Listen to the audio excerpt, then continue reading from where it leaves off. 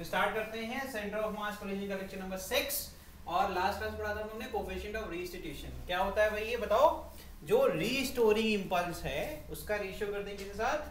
With respect to deformation, है ना। Impulse जो होता है डिफॉर्मेशन फोर्स के कारण जो होता है, इनका रेशियो को ही कहते हैं कोफिशिएंट ऑफ रीस्टिट्यूशन। और अगर हम इन टर्म्स ऑफ वेलोसिटी करना चाहें, जो change in final velocity between A and B, दो बॉल्स थी ना, दोनों बॉडी के बीच में जो फाइनल वेलोसिटी का जो डिफरेंस होता है उसका रेशियो किसके रिस्पेक्ट में? इनिशियल वेलोसिटी का डिफरेंस। ठीक, अब आगे बढ़ते हैं। इस प्रॉपर्टी की मदद से हम लोग ने थोड़ा सा यहाँ पर डिफरेंशिएट किया हुआ है। देखो बॉडीज को हम लोग ने डिफरेंशिएट किया हुआ है क्योंकि हर बॉडी का अलग अलग कोफिशिएंट ऑफ रिस्टिट्यूशन होगा। क्योंकि बेटा देखो कि हर बॉडी का अलग अलग डिफॉर्मेशन कितना हो सकता है उसका भी नेचर पे डिपेंड करता है। मैंने क्या सिखाया था? इलास्टिसिटी बताया था ना मैंने आपको। क्या कोई भी प्रॉपर्टी कितना अपने शेप को चेंज करके वापस से रीस्टोर करने की कैपेबिलिटी। तो एक सर्टेन लिमिट तक ही आप किसी चीज को, जैसे रबर होती है, रबर को अगर बहुत ज्यादा बेंड करो टूट जाती है, लेकिन एक सर्टेन लिमिट तक अगर आप उसको बेंड करोगे तो किया ही होगा बचपन में, छोड़ोगे सीधी हो जाती है वापस से, है ना। तो इसका मतलब उसके अंदर कुछ प्रॉपर्टी ऐसी है। इसीलिए ये जो कोफिशिएंट और रीस्टिट्यूशन है इसकी मदद से हम लोग ने यहाँ पे अलग अलग कैटेगराइज किया मटेरियल्स को। लिखिए इसके अंदर, लिखिए depending on the values of coefficient of restitution, depending on the values of coefficient of restitution, तो obviously हर अलग अलग मटेरियल के लिए अलग अलग होगी, है ना। two particular cases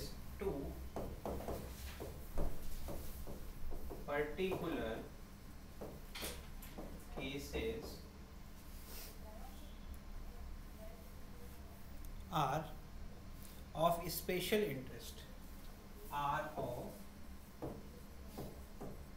special interest। ठीक है, पहला केस इसमें जो देखा गया वो क्या है? परफेक्टली प्लास्टिक, परफेक्टली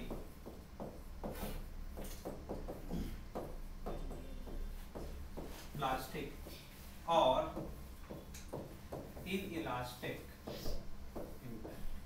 ऐसी दो बॉडी जिनके अंदर जब कोलिजन होता है तो कैसा होता है? परफेक्टली प्लास्टिक या फिर इनइलास्टिक इंपैक्ट होता है। ऐसे केसेस में ये पाया गया।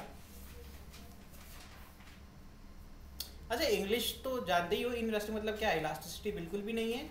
जैसे कि इसने एग्जांपल दिया था, वो हमने आपको एग्जांपल दिया था एक, क्या कंचे वाला, है ना। उसके अंदर जरा सा भी डिफॉर्मेशन नहीं होने वाला है, तो क्या है? इनइलास्टिक होगा कि नहीं होगा, है ना। या तो डैमेज भी हो सकता है, अगर बहुत तेज मार देंगे तो कंचे कभी टूट भी जाते हैं। मतलब नहीं अगर पता है तो सिंपल सी बात बता रहे हैं कि दो हार्ड अगर मटेरियल होगा, अगर बहुत लार्ज अमाउंट ऑफ फोर्स लगा दोगे शॉर्ट इंटरवल ऑफ टाइम के, तो क्या ब्रेक हो जाएगा, ब्रेक डाउन ही हो जाएगा, बिकॉज उनके अंदर डिफॉर्मेशन का कोई भी चांस था ही नहीं। तो सारा फोर्स कहाँ हो गया? उनकी बॉडी को परमानेंटली डैमेज करने की तरफ चला गया। इससे क्या होता है? वो टूट जाते हैं। ठीक है, तो पहला कैटेगरी के अंदर लिखिएगा, आगे लिखिए for these impact is equal to 0। For these impact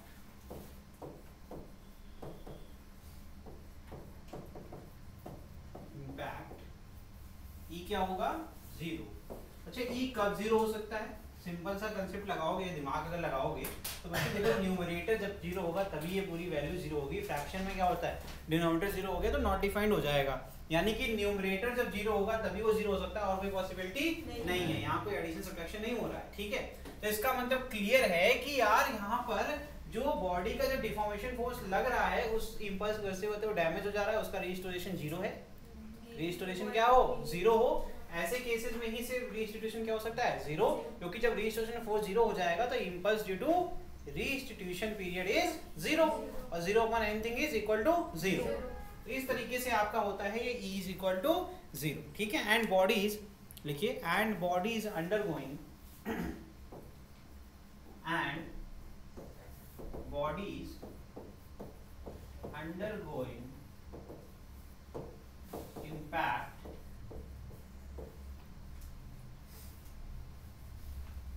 stick to each other after the impact, stick to each other after the, ये भी सही बात है, जो मैंने बोला वो भी सही बात है ना। after the impact अब क्या कह रहे हैं, अरे यार तुमने कभी क्ले देखा है, क्ले? Yes sir. है ना, उसको अगर देखो, अगर पुश कर दोगे, जैसे छोड़ दोगे उसी शेप में हो जाएगा, गीला होता है तो ना, और उसको दीवार पे मार दो चिपक जाएगा, देखो तो वहाँ रिस्टोरेशन हुआ? कुछ नहीं हुआ, है ना। तो ऐसा कुछ भी इम्पैक्ट जहाँ पर बॉडीज स्टिक हो जाती है वहाँ पर भी रिस्टोरेशन फोर्स क्या हो जाएगा, जीरो हो जाएगा। और रिस्टोरेशन पीरियड के अंदर अगर देखेंगे इम्पल्स, वो भी जीरो हो जाएगा, यानी कि ये ई की वैल्यू क्या आएगी, जीरो आएगी। चलिए नेक्स्ट लिखिए, नेक्स्ट लिखिए perfectly elastic impact. Perfectly elastic impact, ठीक है। इसके अंदर लिखिए for these impact, for these impact E की वैल्यू क्या हो जाएगी, 1। ई की वैल्यू क्या आ जाएगी, 1, ठीक है। ये कब होगा, ये तभी होगा जब नम और डिनोमिनेटर दोनों बराबर होंगे। और बराबर कब होंगे, अगेन जब impulse due to deformation force is equal to क्या हो जाएगा, इम्पल्स ड्यू टू, ठीक, यानी कि आर और डी दोनों बराबर होंगे इस केस में, है ना, तभी ये पॉसिबल है। नेक्स्ट लिखिए, ये दो मेन केसेस होते हैं, ठीक है। अब इसके आगे लिखिए प्रॉब्लम्स ये लिखवा रहा हूँ, ठीक है, स्टेप्स टू सॉल्व प्रॉब्लम्स। इसके ऊपर जो क्वेश्चन आएंगे वो सॉल्व कैसे करेंगे, यही तो इसी के लिए तो पढ़ते हो लोग, है ना, क्वेश्चंस करने हैं सर, है ना, क्वेश्चन सॉल्व हो जाए हमारे। तो ये आपके लिए मैं डायरेक्टली लिखवा रहा हूँ कैसे सॉल्व करने हैं क्वेश्चन जो इस पे बेस्ड आएंगे। देखिए पहला यूज करेंगे, पहला स्टेप क्या होना चाहिए, पहले सुन लो फिर लिख लेना, कोई बात नहीं। इतना तो पढ़ के आ गए, इसके अंदर इतना समझ में आ गया, कोलिजन के अंदर पढ़ना है तो भैया कौन सा, कंजर्वेशन ऑफ लीनियर मोमेंटम तो आना ही चाहिए। और हम क्या करेंगे, जितनी भी बॉडी हैं उनको ऐसे पार्टिकल ट्रीट करेंगे और सबको एक सिस्टम के अंदर ले आएंगे।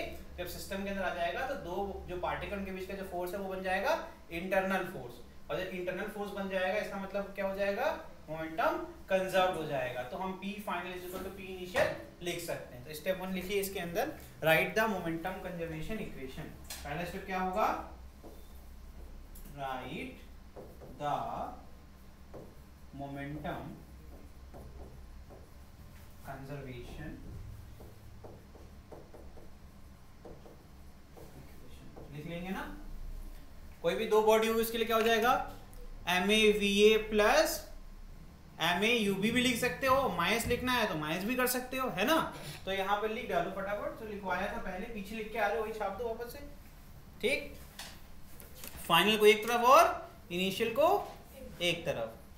तो जब हम इंटरचेंज कर देंगे तो चेंज की जगह क्या जाएगा, प्लस आ जाएगा ना।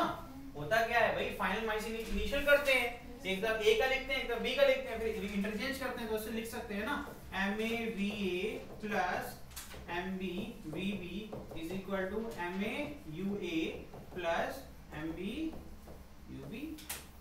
यही तो है ना, आई थिंक ये करा चुका हूँ 2-3 बार, ठीक। नेक्स्ट स्टेप लिखिए, बस 2 स्टेप में क्वेश्चन सॉल्व हो जाएगा आपका, कोई भी क्वेश्चन होगा। स्टेप नंबर 2 कहाँ लिखते हैं, एक स्लाइड ऐड कर लेते हैं।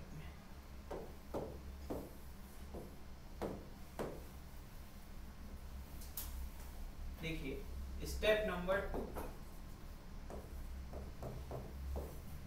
Right the equation involving coefficient of restitution, ठीक है, ठीक है। तो अब ऐसा कोई इक्वेशन आपको पता है जिसमें आपकी वेलोसिटीज भी आ जाएंगी और रिस्टिट्यूशन कौन सा अभी पढ़ाया था, दैट इज VA माइनस ये UA माइनस VB होगा, यहाँ VB माइनस VA लिखेंगे। रीजन बताया था मैंने, क्या होता है VB ज्यादा होगा, है ना, पॉजिटिव रखना है हमें, क्या रखना है पॉजिटिव, यही तो सिखाया था ना मैंने, अगर याद हो तो। इनिशियली A की वेलोसिटी ज्यादा होगी B से, तभी तो अगर दोनों सेम डायरेक्शन में मोशन कर रहे हैं तो क्या होगा, तभी तो कोलिजन होगा। पीछे से भागते हुए कोई आ रहा है, सामने वाले को धक्का देना है, अगर सामने वाले से धीमे चलेगा तो कभी मिलेगा, उससे कोलाइड करेगा, इम्पैक्ट होगा नहीं। और इसको पॉजिटिव रखना है, इसलिए यूए माइनस यूबी, और यहाँ पर ऑब्वियसली धक्का देने के बाद उसकी वेलोसिटी कम हो जाएगी ना, तो बी माइनस ए। ठीक है, बस यही दो स्टेप हैं जिनसे आप क्वेश्चन सॉल्व कर लोगे। ठीक, आप पढ़ते हैं टाइप्स ऑफ कोलिजन। फटाफट से चार्ट बनाइए, समझाते हैं फिर एक साथ। या पहले लिखोगे कुछ, लिख लो चलो भाई, टाइप्स ऑफ कोलिजन थोड़ा सा लिखवा देंगे।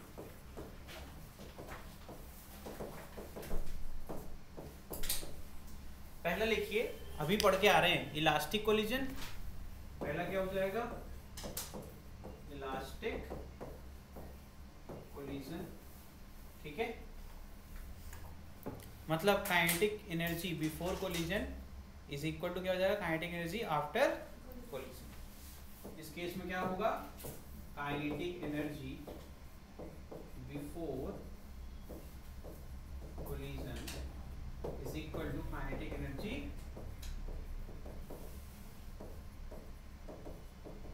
ठीक है, ये कंडीशन सिर्फ और सिर्फ इलास्टिक कोलिजन में ही होगी। ठीक है, next in elastic collision. In elastic collision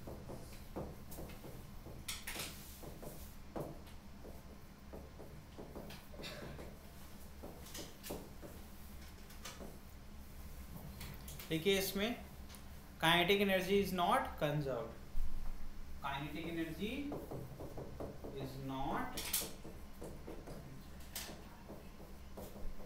यहाँ पर काइनेटिक एनर्जी बराबर नहीं होगी दोनों इनिशियल और फाइनल। ठीक है, लिखिए आगे, इसके आगे लिखिए, some energy is lost in collision. इस केस में क्या होगा, कुछ एनर्जी लॉस हो जाएगी।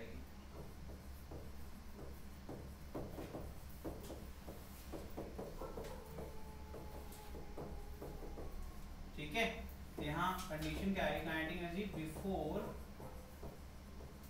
Collision will be greater than kinetic energy after collision. Energy का जो नुकसान होता है, जो ट्रांसफर कम होगा।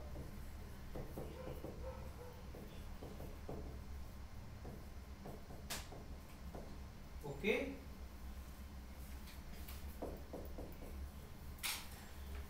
Perfect in elastic collision. Last क्या है,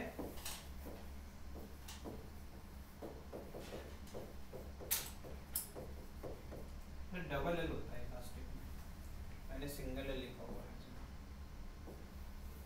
ठीक कर लो, इतनी कोई बड़ी बात नहीं। ठीक है, नहीं सही लिखा था, सही लिखा। देखिए, परफेक्ट इन इलास्टिक,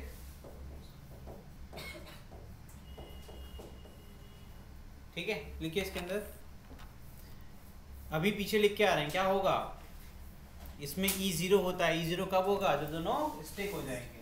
देखिए, बोथ बॉडीज विल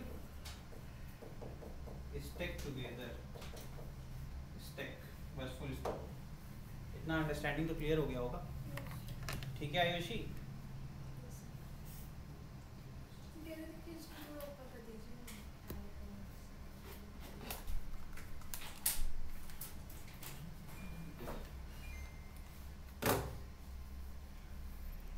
सौम्या क्या कह रही थी, चलिए हो गया।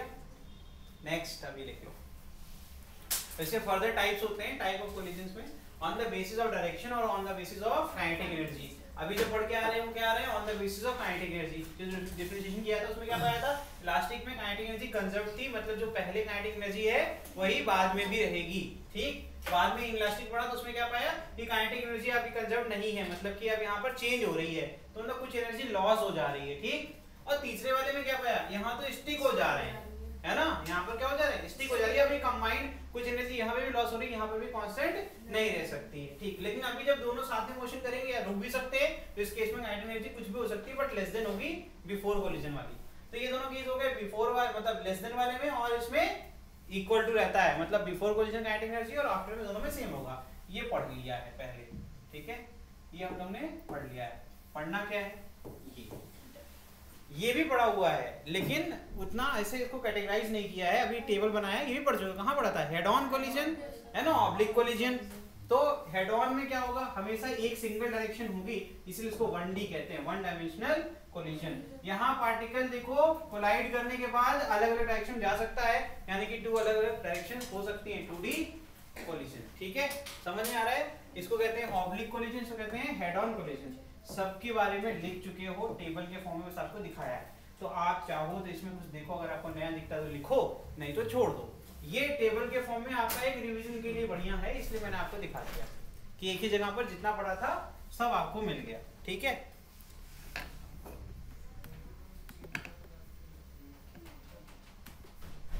आगे बढ़ जाएं।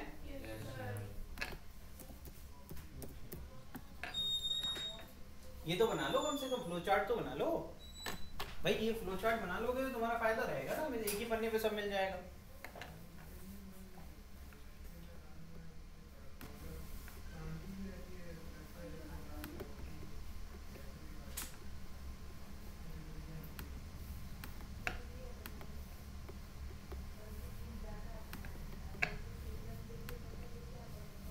ये दोनों टाइप में क्या मोमेंटम कंजर्व रहेगा या नहीं रहेगा, फटाक से बताना है। रहेगा या नहीं रहेगा? रहेगा तो क्यों रहेगा? रीजन बताओ, क्या होगा रीजन? अभी तो बताया था शुरू होने से पहले, जब हम लोग स्टार्ट कर रहे थे, क्या बताया था मैंने रीजन? जब हम लोग क्या है, सारे पार्टिकल को एक सिस्टम ले लेंगे, तो सिस्टम के अंदर क्या हो जाएगा, सारे फोर्सेस इंटरनल हो जाएंगे, तो आपका एफ एक्सटर्नल 0 यानी मोमेंटम कंजर्व। ये कंडीशन याद रख लो यार, ठीक है? तो वेरी गुड, इसमें लिख लो momentum will always be conserved in all type of collision, यानी नीचे लिख देते हैं मोमेंटम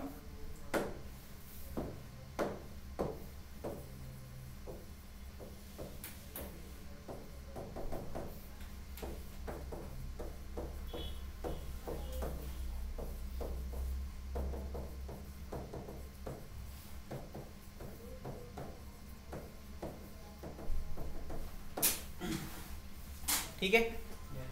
चलिए आगे बढ़े हम अब, ठीक है, पढ़ते हैं। नेक्स्ट लिखिए, इसके अंदर पहला लिखिए बेस्ड ऑन काइनेटिक एनर्जी पढ़ने जा रहे हैं, ठीक है? हेड ऑन इलास्टिक कोलिजन, पहला लिखिए इसके अंदर हेड ऑन इलास्टिक कोलिजन। कुछ छूटा हो तो बता दो, पीछे कर देंगे, कोई बात नहीं, ठीक है?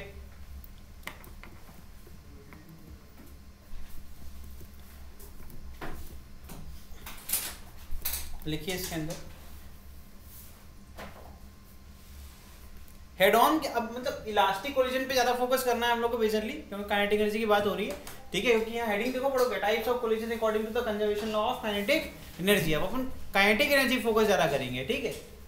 तो हेड ऑन का मतलब तो पता ही क्या लिखवाएं कि अगर एक सेम लाइन पर चलने वाले दो पार्टिकल अगर हिट करते हैं, मतलब स्ट्रेट लाइन मोशन होगा, किसी भी पर्टिकुलर डायरेक्शन में 1D मोशन होगा, तो इसका मतलब डायरेक्टली अगर हम फिगर पे आए तो क्या लिखेंगे, late 2 balls of mass MA and MB moving in same direction। तो तुम्हारी जो कंडीशन है मैंने लिखवा दी इनडायरेक्टली, मुझे इससे हेड ऑन वाला अलग से लिखवाने की जरूरत नहीं पड़ा, ठीक है? ठीक, with velocity u1 and u2। तो अब मैं फिगर बनाऊंगा सीधे,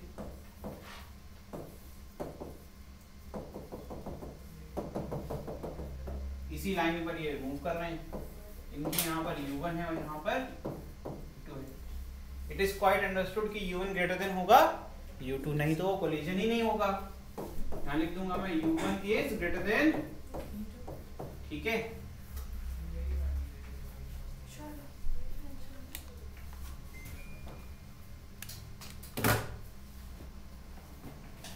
ठीक है, yes, तो इसके बाद क्या होगा, अब तो पता है ये पहला हो गया है ना, अभी नीयरिंग एक तरफ आएंगे तो पहले इंपैक्ट होगा, तो ये A हो गया और ये देखो कितना अच्छा भी।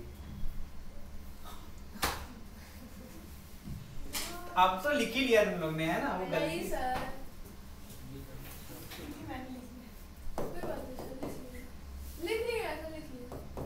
लिख लो भाई, लिख लिए तो चलो ठीक है, कितना टाइम लगेगा?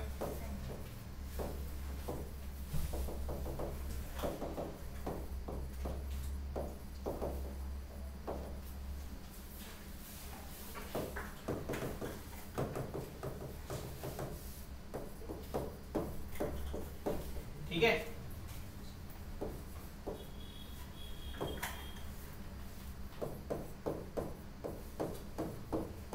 ठीक बेटा, यहां तक हो गया।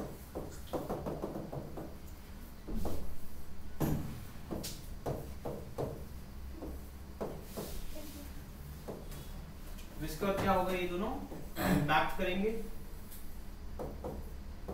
कौन सा पीरियड स्टार्ट होगा यहाँ पर, डिफॉर्मेशन। उसके बाद क्या होगा, डिफॉर्म होगी, उसके बाद सब जानते ही हो, सीधे क्या बना दें, अलग हो गए, है ना।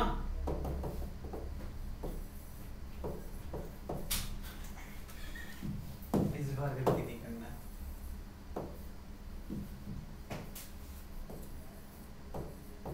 अब ये अलग हो चुके हैं, इनकी वेलोसिटी होगी VA एंड इसकी वेलोसिटी हो जाएगी यहाँ पर VB। इतना ही बड़ी स्क्रीन है भाई, है ना। तो क्लियर हो गया, पहले ये लोग इनिशियली U1 और U2 से चल रहे थे, फिर बाद में जब इनका इम्पैक्ट होता है उसके इलास्टिक है, इसलिए ये दोनों अभी भी सेम डायरेक्शन मोशन कर रहे हैं, और V और VB सेपरेशन के बाद उनकी नई वेलोसिटी है, या उसको V1 V2 कर लो, है 1-2 नोटेशन चल रहा है तो ये भी करोगे, बाद में दिक्कत आएगी। तो इसको कर लो भैया V2, इसको कर लो V1। इधर अगर या तो A इधर भी करो, A भी इधर भी करो, उधर भी करो, है ना, लिखते टाइम अजीब लगेगा। तो अब क्या करेंगे बताइए, इस केस में अब क्या अप्लाई होगा, अगेन वही कौन सा, कंजर्वेशन ऑफ लीनियर मोमेंटम। फटाफट करो, अब तो आप सब सीख चुके हो ना। तो क्या आ जाएगा यहाँ पर, according to conservation of momentum. इतनी बार कर लो कि जब सवाल आए तो तुरंत टूट पड़ो उस पे, ये अब तो मुझे सब पता है ना। M2 U2 is equal to M1 V1 plus M2 V2। ये तो आंख बंद करके लिख सकते हैं आप नींद में भी, है ना। अब M1 वाले को एक तरफ कर लेते हैं और M2 वाले को एक तरफ। तो M1 वाले करेंगे तो क्या बनेगा, एक बार बनेगा आपका U1 minus V1 is equal to M2 V2 minus U2, यही तो बनेगा ना। गलत किया हो तो बताना। तो according to law of conservation of kinetic energy,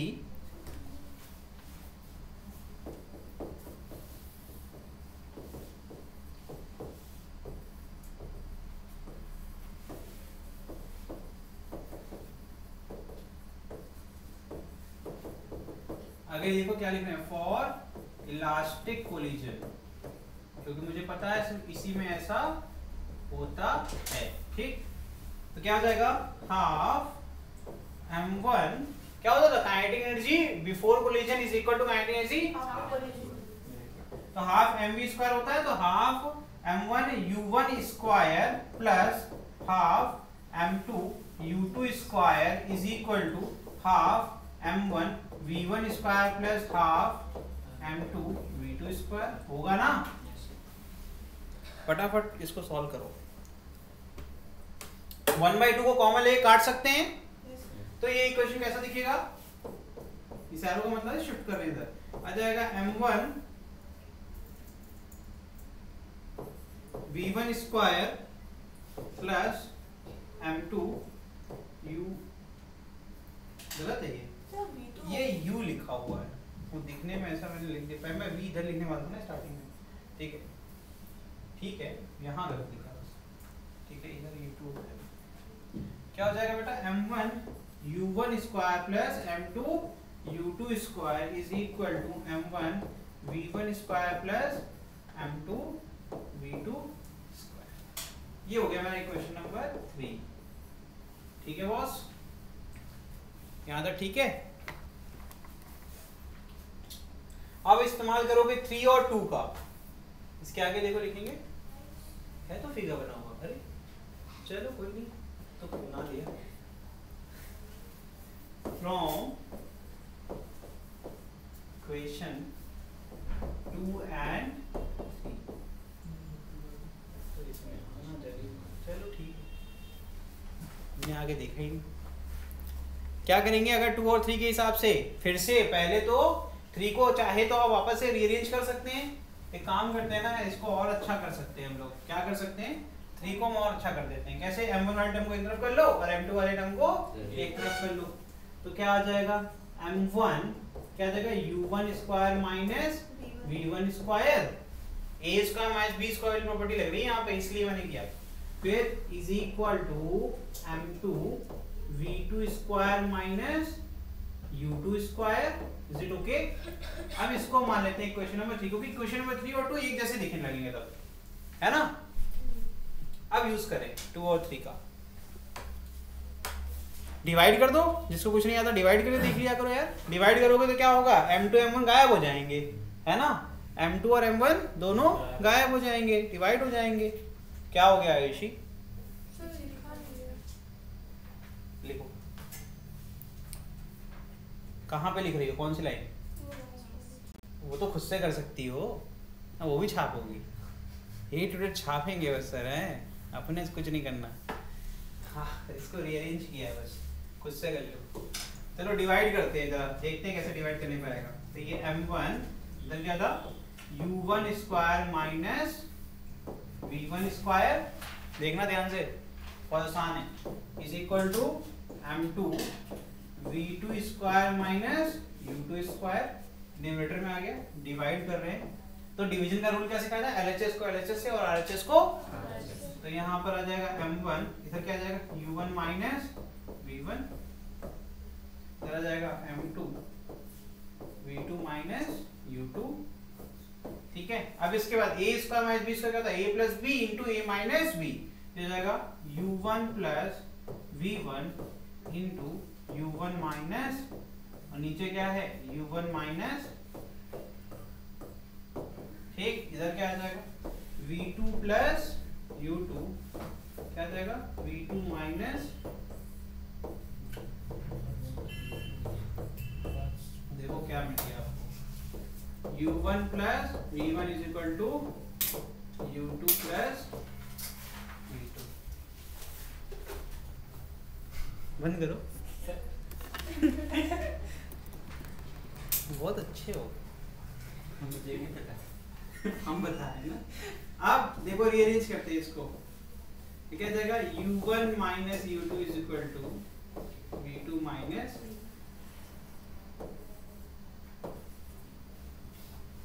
ठीक है।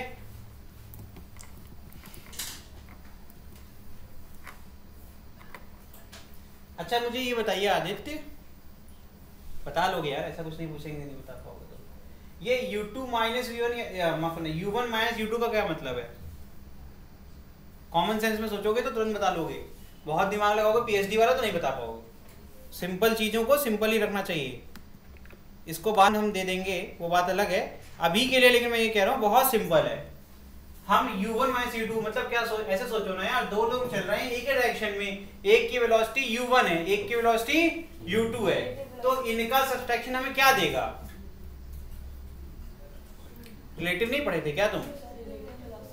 हाँ, गधे हो गया। एक लोग 80 से भाग रहे हैं, एक लोग 100 से भाग रहे हैं, तो अगर 80 में से 100 घटाओगे, 100 में से 80 घटाओगे, ये पता चल जाएगा ना कौन तेज चल रहा है और कितना तेज चल रहा है। तो इसका मतलब है ये तुम बता सकोगे कि जो पीछे वाला अगर 100 पे चल रहा है, सामने वाला 80 पे चल रहा है, तो 100 में से 80 घटाएंगे तो ये बंदा 20 किलोमीटर तेज चल रहा है।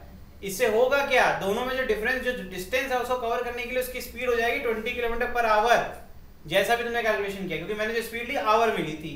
तुम बता पाओगे सर अगर डिस्टेंस 10 मीटर है या 1 किलोमीटर है तो उसको कितने टाइम में वो कवर कर लेगा। तो देखा जाए तो रिलेटिव वेलोसिटी आपको असली वेलोसिटी दिखाती है कि एक्चुअल में कितना टाइम लगेगा दोनों को एक दूसरे को ओवरटेक करने में। जिसको कहते हैं वेलोसिटी ऑफ अप्रोच। क्या है वेलोसिटी ऑफ अप्रोच? तो ये क्या होगा सर, जब कोलिजन हो गया, टकरा गए, तो आगे वाला कितना तेज चल रहा है और पीछे वाला कितना स्लो हो गया, तो ये क्या होगा? वेलोसिटी ऑफ डिपार्ट, है ना। ये क्या होगा? डिपार्ट हो रहा है ना, अलग हो रहे हैं एक दूसरे से। तो ये कॉमन सेंस वाली चीज थी कि भाई यहाँ सब्ट्रैक्ट करेंगे तो ये मिल जाएगा कि आगे वाला तेज चल रहा है तो कितनी तेजी से हमसे दूर हो जाएगा, अलग हो जाएगा, है ना। और यहाँ क्या कितनी जल्दी हमसे भिड़ने वाले हैं। यही सिंपल सा कंसेप्ट था बच्चे, इसमें लिख लीजिए। लिखिए इन 1D इलास्टिक कोलिजन, इसका ही मतलब है, वही लिखवा रहा हूँ, इन 1D इलास्टिक कोलिजन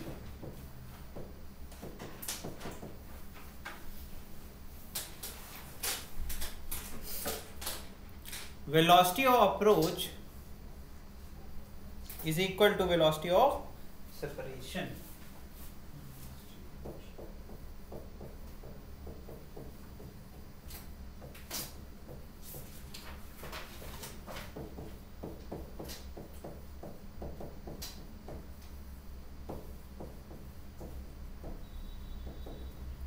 लिख लो अप्रोच बिफोर कोलिजन, मतलब ये भूल जाओगे, ये कोलिजन के पहले वाली बात हो रही है, ये लिखवाने वाले नहीं थे, यहाँ लिख लो आफ्टर, ये कोलिजन के बाद वाली बात हो रही है। ठीक है, ओके, क्लियर हो गया? चलिए आगे बढ़ते हैं।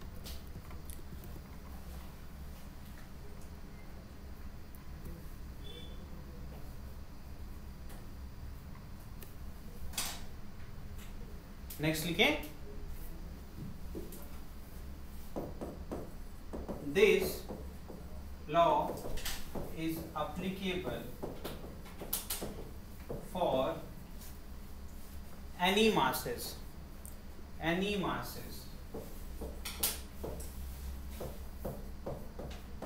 of colliding, कोई भी मास लेके आओ, कितना भी वजन होगा, जब भी ऐसा इलास्टिक कोलिजन अगर हो रहा है तो उसमें हमेशा velocity of approach is equal to क्या हो जाएगा, वेलोसिटी ऑफ सेपरेशन। और इसी लॉ को कहते हैं, दिस लॉ इज, कौन सा साइंटिस्ट इसका नाम सबसे सुनने को मिलता है 11th फिजिक्स में?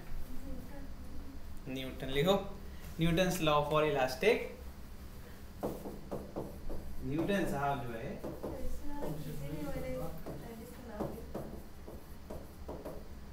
केमिस्ट्री में भी शायद ये है कहीं, है ना? ये हैं, सावन से पूछना, इतना तो हमें भी याद है यार, कहीं है ये, याद नहीं हमको कहाँ, क्योंकि हम केमिस्ट्री पढ़े वो जमाना हो गया। क्यों, तुम्हें पता है क्या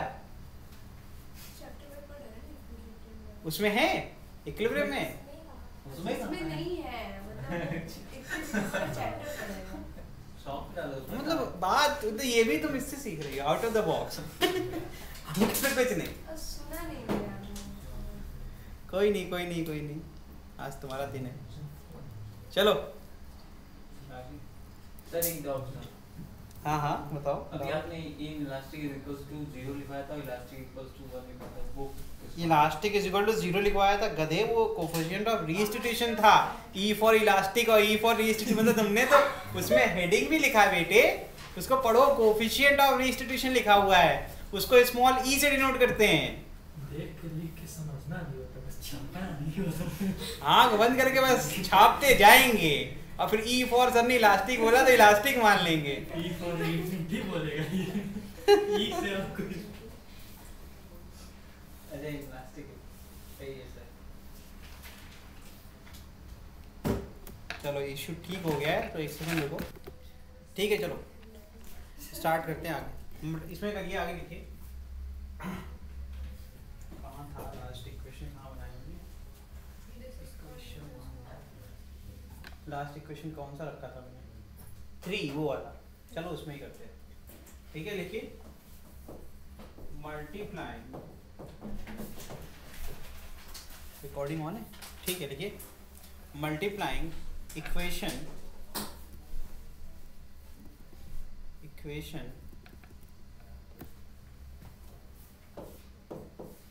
4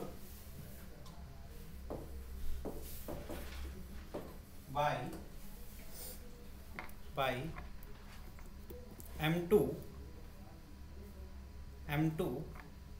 and subtract it from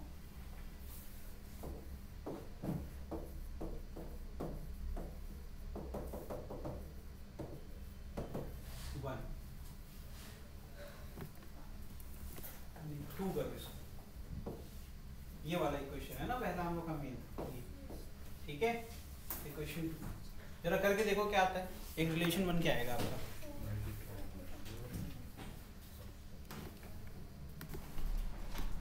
चलिए भाई हम ही करते हैं, करें फिर।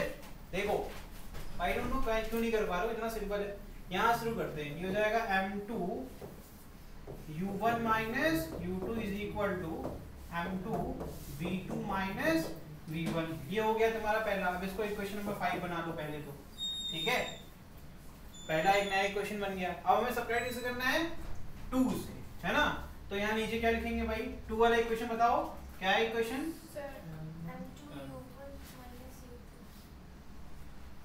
m1u1 minus v1 is equal to m2 v2 minus, ठीक है कोई नहीं, सबको एक तरफ करके सॉल्व कर लोगे चाहोगे तो ज्यादा आसान बन जाएगा। सबको एक तरफ कर लोगे, सब्ट्रैक्शन करना आसान हो जाएगा। इसको उठा के इधर ले आओ, है ना?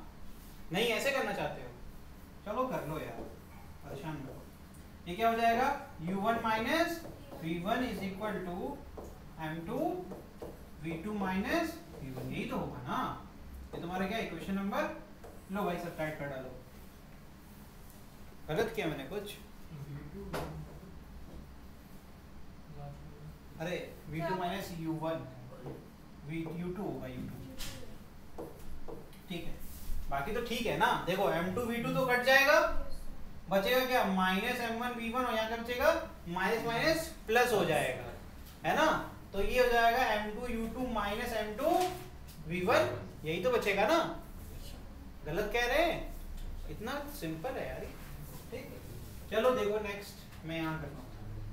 बच्चों अगर नहीं आ रहा है तो बताओ, अभी मैं पूरा वापस से एक एक जीरो से करूँ, मैं डायरेक्ट करने की कोशिश कर रहा हूँ थोड़ा।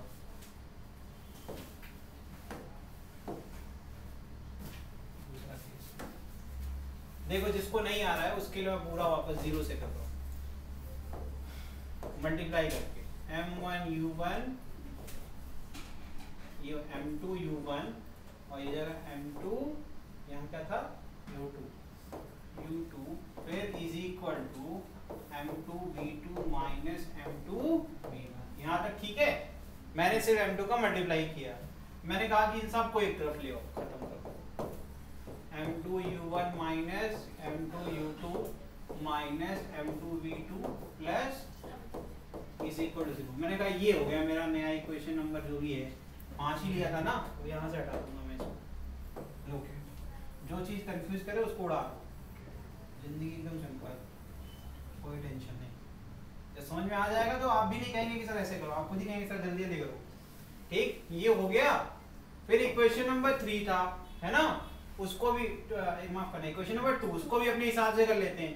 तो इक्वेशन नंबर 2 को हम लिखने जा रहे हैं। देखो पहले तो क्या था? m1 u1 minus v1 is equal to m2 v2 minus v1, यही तो होता था ना इक्वेशन नंबर 2। इसको भी घोल डालो,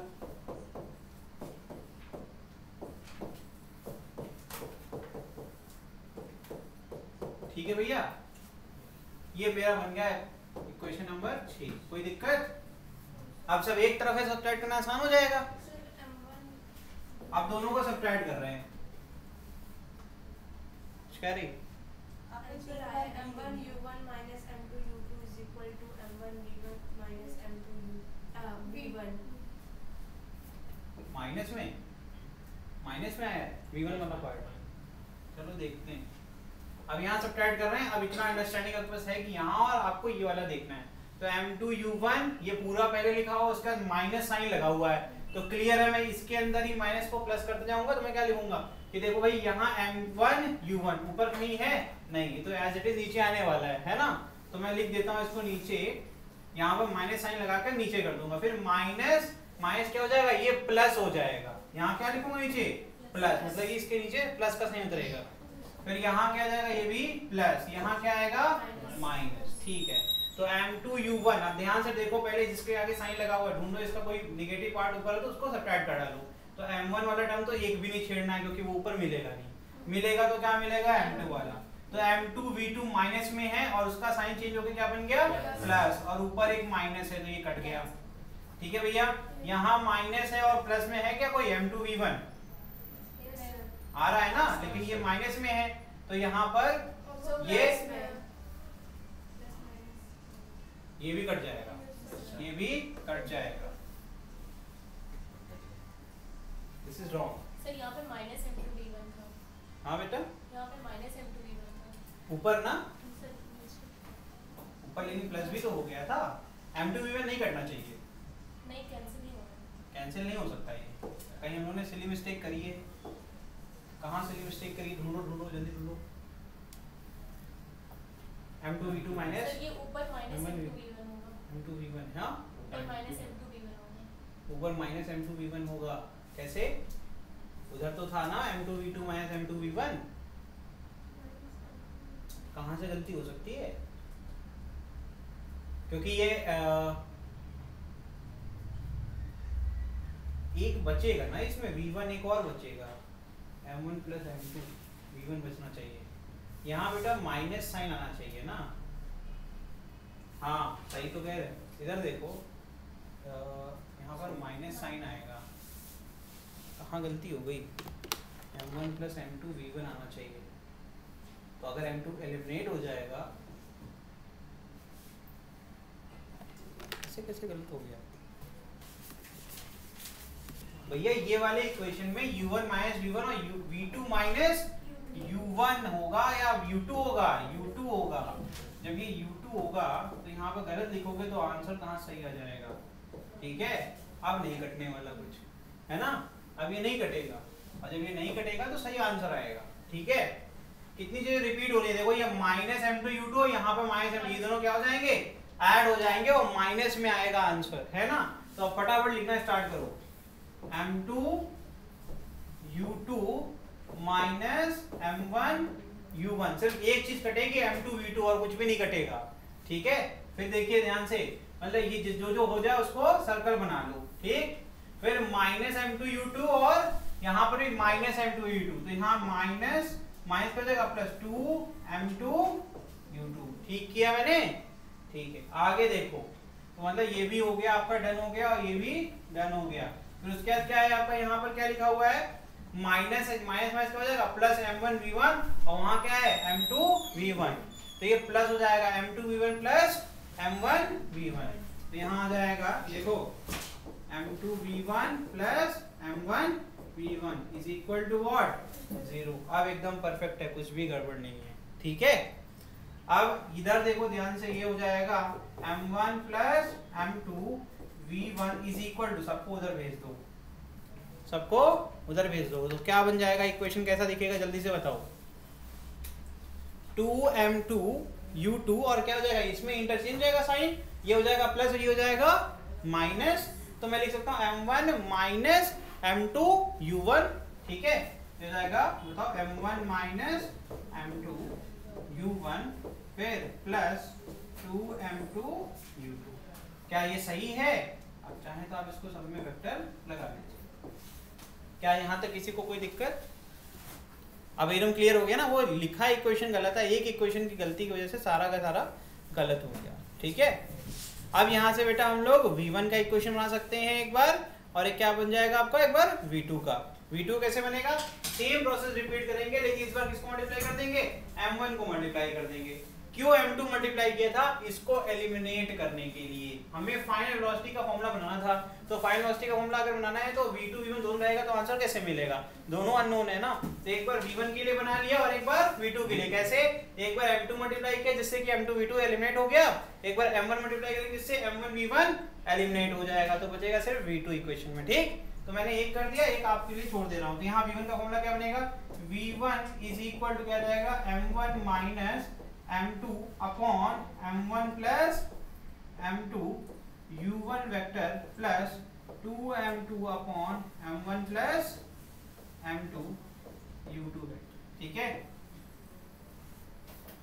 ओके, ये तुम्हारा फॉर्मूला है फॉर v1। अब इसी प्रकार से हमें क्या कर निकालना है? Similarly for v2 is equal to, देखिए ध्यान से, इसमें फॉर्मूला लिखे सीधे, m2 माइनस m1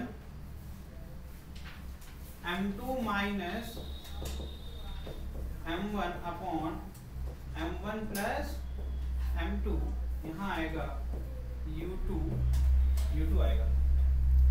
ठीक है, plus 2m1 u1 plus 2m1 u1 upon m1 plus, ये दो फॉर्मूले हो गए। जब भी इलास्टिक कोलिजन होता है तो आप फाइनल वेलोसिटी आफ्टर कोलिजन भी निकाल सकते हो इन दोनों फॉर्मूले की। ठीक है, नोट कर लीजिए, आगे लिखिए इसमें कंटिन्यूअस। ठीक। ठीक है, if masses are different and collision is inelastic then by momentum conservation कैसे करेंगे, फिर से वही लगाएंगे m1,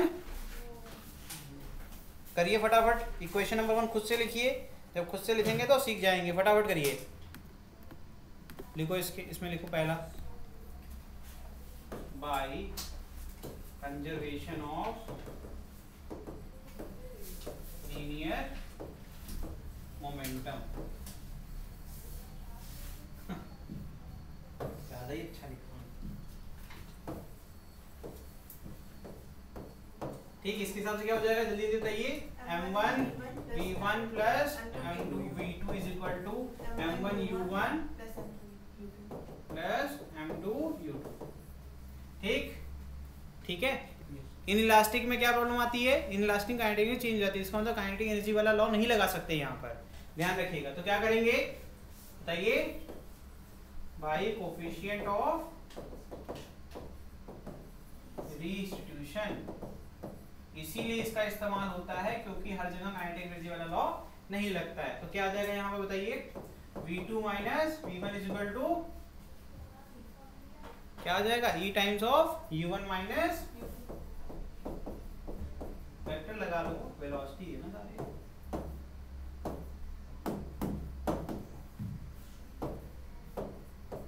ठीक है बेटा, ये हो गया इक्वेशन नंबर 2। इन दोनों का इक्वेशन यूज करके हम बना सकते हैं फ्रॉम 1 and 2, घर के लिए प्रैक्टिस के लिए लिख लो, कर लेना इसको एक बार, ठीक है। देखिए यहाँ पर आ जाएगा m1 minus e times of m2 upon m1 plus m2, यहाँ क्या आएगा u1, जब v1 निकालेंगे तो पहले क्या मिलेगा u1, और जब हम लोग v2 निकालेंगे पहले क्या मिलेगा u2, याद कर लो इस बात, प्लस लिखिए 1 plus e m2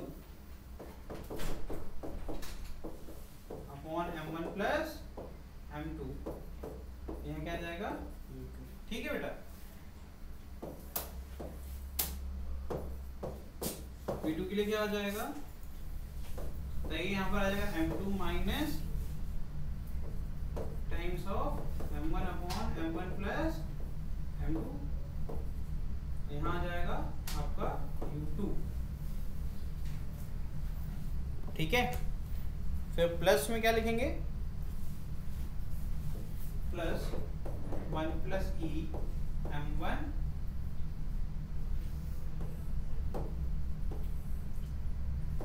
upon m1 plus, ठीक है, और उसके बगल में क्या होगा, मल्टीप्लिकेशन क्या आएगा u1, क्या आएगा u1,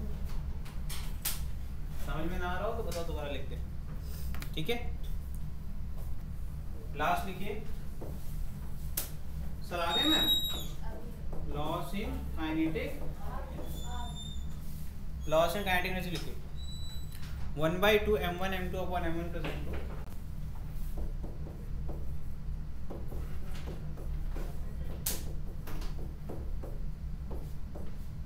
मल्टीप्लाइड बाय, देखिए आगे 1 minus E square, 1 minus E square क्या लिखेगा, u1 vector minus u2 vector का होल स्क्वायर, ठीक है। फिर से पढ़ देता हूँ, 1/2 राइटिंग समझ में आए इसलिए, 1/2 m1 m2 upon m1 plus m2 into 1 minus E square, उसका मल्टीप्लिकेशन क्या है u1 vector minus u2 vector का होल स्क्वायर, ध्यान रखना ये फॉर्मूला है, अगर किसी ने पूछ दिया कितनी काइनेटिक एनर्जी लॉस है उसके लिए, ठीक है, जितनी पॉसिबल न्यूमेरिकल है वो इन्हीं सब में होंगे, इससे बाहर कुछ भी नहीं है। अब आपके पास लास्ट टॉपिक जो है वो है आपका बाउंसिंग ऑफ द बॉल, ठीक है, और ऑब्लिक कोलिजन, उसके बाद ये आपका चैप्टर खत्म हो जाएगा, ठीक है। तो आज तो नहीं, कल हम लोग ये चैप्टर खत्म कर लेंगे, फिर स्टार्ट करेंगे रोटेशनल डायनेमिक्स। Thank you.